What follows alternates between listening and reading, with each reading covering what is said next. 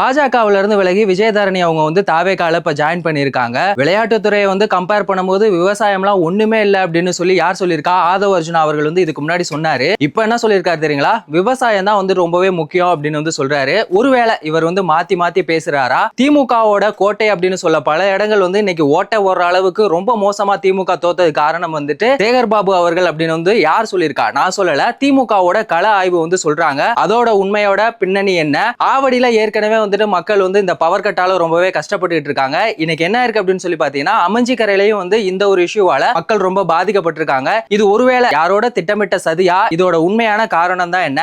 Actually என்ன நடந்துச்சு? Hi, நான் உங்க தேவா. சோ வாங்க இத பத்தி டீடைலா தெரிஞ்சுக்கலாம். 2026 சட்டமன்ற தேர்தல் களம் அப்படிங்கிறது வந்து முதலமைச்சரா விஜய் அவர்கள் வந்ததுக்கு அப்புறமா ஏகப்பட்ட விமர்சனங்கள் ஒரு சைடுல இருந்து வந்தாலும் இன்னொரு பக்கம் அவருடைய ஆட்சி வந்து ரொம்பவே நல்லா இருக்கு அப்படின்னு சொல்லி தான் வந்து எல்லாருமே வந்து சொல்லிட்டு இருக்காங்க. இன்னொரு முக்கியமான ஒரு விஷயம், வேற கட்சியில இருந்து தாவேகால வந்து ஜாயின் பண்றவங்களோட எண்ணிக்கை அப்படிங்கிறது வந்து ரொம்பவே அதிகமாயிட்டு இருக்கு. இந்த நிலைமை இப்படியே ஓச்சு அப்படின்னா அவர் வந்து சிங்கிளா, அதாவது எதிர்கட்சி அப்படிங்கிற ஒரு விஷயமே இல்லாம அவர் வந்து ஒன்மேன் ஆர்மியா அடுத்த தேர்தலில் வந்து களமிறங்குறதுக்கான வாய்ப்பு இருக்கும் போல அந்த அளவுக்கு தான் வந்து மாற்று கட்சியில இருந்து ஜாயின் பண்றவங்களோட எண்ணிக்கை வந்து அதிகமாயிட்டே இருக்கு. இன்னைக்கு பாஜகவுல இருந்த விஜயதரணி அவங்க என்ன பண்ணிருக்காங்கன்னா தாவேகால வந்து ஜாயின் பண்ணிருக்காங்க. ஃபர்ஸ்ட் இவங்க யாரு அப்படிங்கறத தெரிஞ்சுக்கலாம். இவங்க வந்து இவங்களோட அரசியல் பயணம் அப்படிங்கிறது காங்கிரஸ் கட்சியில இருந்து தான் ஸ்டார்ட் ஆயிருக்கு. 2011, 16, 21 3 முறை வந்து அவங்க வந்து எம்எல்ஏவா இருந்திருக்காங்க. கன்னியாகுமரி மாவட்டம் இளவங்கோடு அப்படிங்கிற அந்த தொகுதியில போட்டிட்டு அதுக்கப்புறமா 2024ல வந்து பிஜேபியில ஜாயின் பண்ணிருக்காங்க. இப்போ 2026 சட்டமன்ற தேர்தலில் வந்து அவங்க போட்டிட்டாங்க. ஆனா வந்து தோத்து போயிட்டாங்க.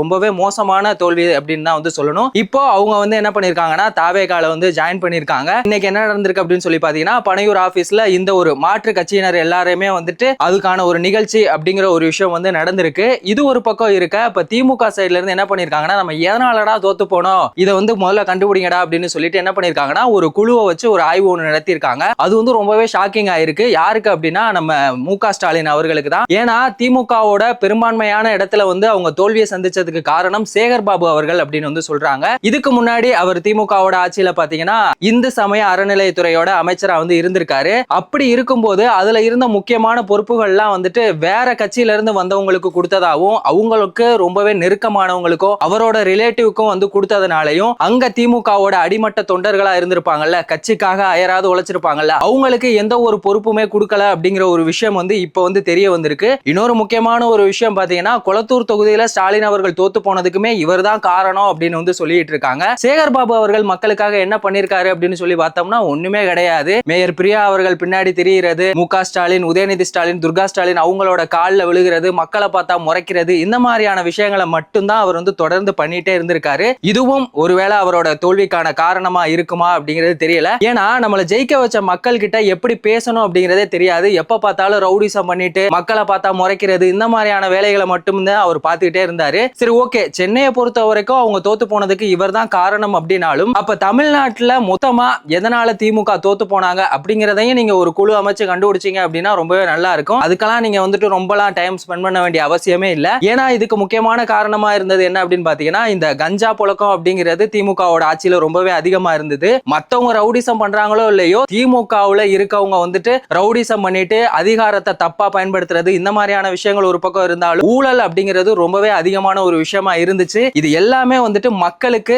தெரியப்படுத்தினாங்க. அது வந்து தெரிய ஆரம்பிச்சிச்சு. அதனாலதான் மக்கள் வந்து மாற்றம் வேணும் அப்படின்னு சொல்லிட்டு இன்னைக்கு தமிழக வெற்றி கழகத்தை வந்து தேர்ந்தெடுத்து முதலமைச்சர் விஜய் அவர்கள் வந்துட்டு இன்னைக்கு முதலமைச்சரா இருக்காங்க. சரி, இது எல்லாமே ஒரு பக்கம் நல்லபடியா போயிட்டு இருந்தாலும் இன்னொரு பக்கம் தாவேகா ஆட்சிக்கு வந்ததுல இருந்து ஒரு மாசம் ஆயிருச்சு. ஏகப்பட்ட குறைகள் இருக்கு அப்படின்னு சொல்லிட்டு நாங்க எதிர்கட்சியா இருக்கும் போதுதான் வந்துட்டு பயங்கரமா செயல்படுவோம் அப்படின்னு சொல்லி திமுகவா இருக்கட்டும் இல்ல மற்ற கட்சிகள் எல்லாமே வந்து தாவேகா வந்து தொடர்ந்து விமர்சனம் பண்ணிக்கிட்டே இருக்காங்க. அந்த விதத்துல எல்லாருமே பேசுற ஒரு விஷயமா இருக்குது அப்படின்னு பாத்தீங்கன்னா, இந்த பவர் கட் ப்ராப்ளம் வந்து ரொம்பவே அதிகமாயிட்டு இருக்கு. அதுலயும் சென்னையில இந்த அம்பத்தூர், ஆவடி இந்த மாதிரியான இடங்கள்ல வந்து ரொம்பவே மோசமா போயிட்டு இருக்கு. ஆவடியில பாத்தீங்கன்னா பவர் கட்டால மக்கள் வந்து ரொம்பவே பாதிக்கப்பட்டிருக்காங்க. சாலை மறியல் போராட்டம் எல்லாம் வந்து நடத்தினாங்க. அதுக்கப்புறமா போலீஸ் வந்து பேசி எப்படியோ அந்த ப்ராப்ளத்தை வந்து சால்வ் பண்ணி இந்த மாதிரி போராட்டம் எல்லாம் பண்ணாதீங்க, ரொம்பவே டிராபிக் ஆயிரும் அப்படின்னு சொல்லி நேத்து முடிச்சு வச்சிட்டாங்க. இன்னைக்கு என்ன இருக்கு அப்படின்னு சொல்லி பாத்தீங்கன்னா, அமஞ்சிக்கரையிலுமே வந்து இந்த பவர் கட் அப்படிங்கிற ப்ராப்ளம் இருக்கு. இது வந்து தொடர்ந்து 4 நாளா கண்டினியூவா இருக்கு. பவர் வந்து வந்து போகுது, ரொம்பவே கஷ்டமா இருக்கு அப்படின்னு தான் வந்து அங்க இருக்க மக்கள் வந்து சொல்லிட்டே இருக்காங்க. இது வந்து திட்டமிட்ட சதியா இருக்குமோ அப்படிங்கிற ஒரு பார்வையிலுமே நம்ம பார்க்க வேண்டியதா இருக்கு. ஏன்னா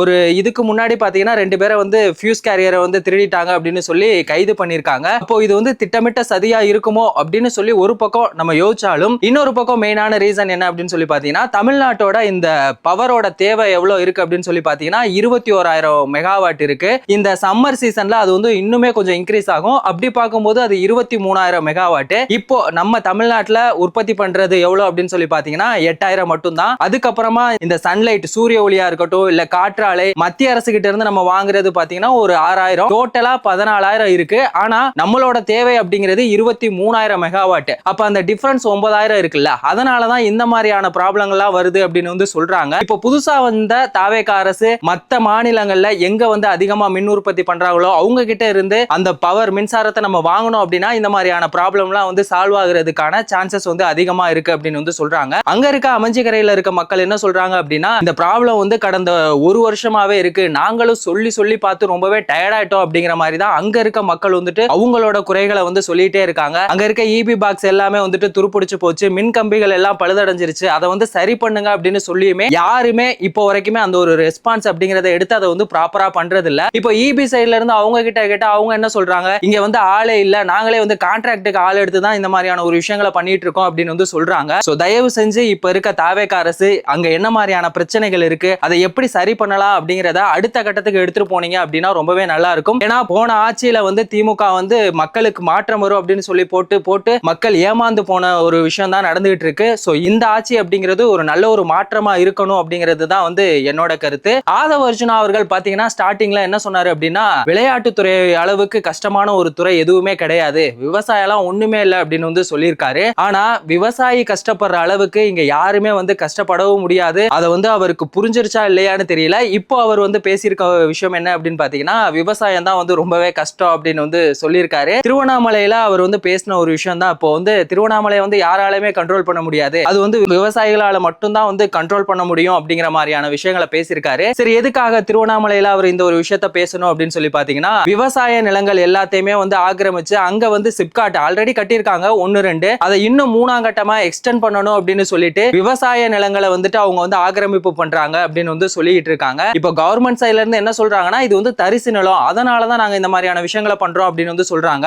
விவசாயிகள் சைட்ல இருந்து அவங்க சொல்றது நாங்க இங்க வந்து விவசாயம் பண்ணிட்டு இருக்கோம், இப்ப எங்களோட வாழ்வாதாரத்தை அழிச்சு ஒருத்தவங்களோட நம்ம வந்து ஒரு வாழ்க்கை வாழணுமா அப்படிங்கிறது வந்து ரொம்பவே ஒரு கேவலமான ஒரு விஷயம். விவசாயிகளோட வயித்துல அடிச்சோம் அப்படின்னா நம்ம என்னைக்குமே வந்துட்டு நல்லாவே இருக்க முடியாது. சோ அதுக்காக தான் இந்த ஒரு போராட்டம் அப்படிங்கிற ஒரு விஷயம் நடக்குது. இன்னொரு பக்கம் தாவேகா கிட்ட நான் கேட்கக்கூடிய ஒரு கேள்வி என்ன அப்படின்னு பாத்தீங்கன்னா எப்பவுமே வந்து இந்த மேட்டூர் அணையை வந்து திறந்துருவாங்க, அது மூலமா தான் நம்ம வந்து இந்த குறுவை சாகுபடி விவசாயிகள் எல்லாமே பண்ணிட்டு இருக்காங்க. ஆனா அது வந்து இந்த முறை திறக்கப்படல. அது சம்பந்தமாவே எதிர்க்கட்சிகள் எல்லாருமே வந்து கேள்வி கேட்டுட்டு இருக்காங்க. இப்போ எனக்குள்ளேயுமே ஓடிட்டு இருக்க ஒரு கேள்வி என்ன அப்படின்னு சொல்லி பாத்தீங்கன்னா இந்த மேட்டூர் அணை வந்து எப்பவுமே திறப்பாங்களே, எதுக்காக இந்த முறை திறக்கல? ஏன்னா அங்க இருக்க அந்த மேட்டூர் அணையை திறக்காதனால டெல்டா விவசாயிகள் எல்லாருமே வந்து பாதிக்கப்பட்டிருக்காங்க. அவங்களோட விவசாயம் மட்டும் இல்ல அவங்களோட வாழ்வாதாரமே இப்போ வந்து கேள்விக்குறியா இருக்கு. ஏற்கனவே இந்த பயிர்க்கடன் வந்து தள்ளுபடி பண்றேன் அப்படின்னு சொல்லி அதுலயே வந்து பாத்தீங்கன்னா விவசாயிகளுக்கு ரொம்ப ஒரு ஏமாற்றமா தான் இருக்கு. இதுக்கு காரணம் முதலமைச்சர் விஜய் அவர்கள் அப்படின்னு வந்து சொல்ல முடியாது. ஏன்னா அவரோட வாக்குறுதி கொடுத்ததை வந்து அவர் செய்யல அப்படின்னு எல்லாருமே சொல்லிட்டு இருக்காங்க.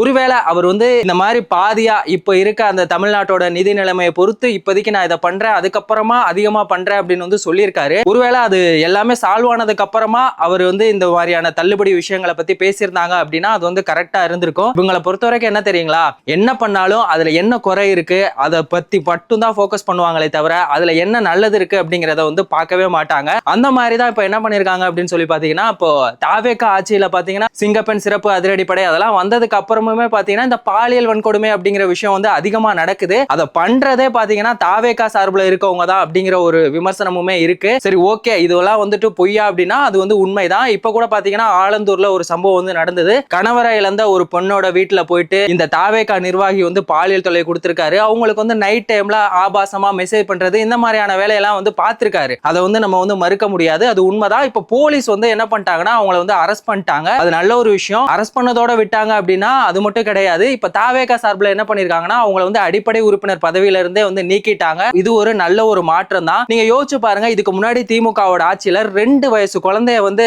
ஒருத்த வந்து பாலியல் வன்கொடுமை பண்ணா திமுக சேர்ந்தனா. ஆனா திமுக சைட்ல இருந்து அவனை என்ன பண்ணாங்க, எதுவுமே கண்டுக்க கூட இல்ல. அந்த மாதிரியான ஒரு விஷயம் வந்துட்டு இப்போ தாவேகாவோட ஆட்சியில அந்த மாதிரியான விஷயங்கள் இருக்கல. எந்த ஒரு தப்பு பண்ணாலும் அது வந்து உடனே தண்டனை அப்படிங்கிறது வந்து நடந்துகிட்டு தான் இருக்கு. அந்த அளவுக்கு நம்ம வந்து குறை சொல்லக்கூடிய ஆட்சியாலா இது வந்து எதுவுமே கிடையாது. திமுக தோத்து போன போனதுக்கு நீங்க என்ன காரணமா நினைக்கிறீங்க? சேகர் பாபு அவர் மட்டுமா, இல்ல வேற என்ன மாதிரியான காரணங்கள்லாம் இருக்கும் அப்படின்னு சொல்லி நினைக்கிறீங்க? தாவேகாவோட ஆட்சியில வந்து தப்பு நடக்கல அப்படின்லாம் நான் சொல்லல. நடக்கிற அந்த தப்புக்கு அவங்க எடுக்கிற அந்த நடவடிக்கையை பத்தின உங்களோட ஒப்பீனியன் என்ன? ஆதவ அர்ஜுனா அவர்கள் பேசினதை பத்தி உங்களோட ஒப்பீனியன் என்ன? இது எல்லாத்தையும் மறக்காம கமெண்ட் செக்ஷன்ல சொல்லுங்க. வேறொரு வீடியோல வேறொரு கண்டென்ட்ல திரும்பவும் சந்திக்கலாம்.